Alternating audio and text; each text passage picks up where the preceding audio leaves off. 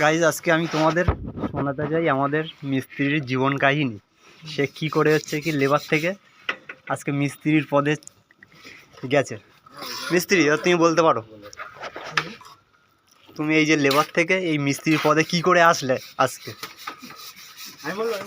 একটু বলো আমাদেরকে, একটু শুনে বলে শোনাও দেখি। না গাইস, এখন আমাদের মিস্ত্রি সে নাকি 25 বছর লেবারই খেটেছে, খেটে তারপরে এই মিস্ত্রির পদে এসছে। দেখতে পাচ্ছেন গাইস, মিস্ত্রি আমাদের একটু হাই করে দাও। মিস্ত্রি একটু তাকাও, আমাদের দেখতে পাচ্ছ আমাদের মিস্ত্রির হাতের কাজ বিশাল। গাইস আমাদের মিস্ত্রির এখন যা অবস্থা দেখতেই পাচ্ছ, সে এখন বর্তমানে তার মিস্ত্রি থেকে না লেবারের পদে চলে যেতে হয়।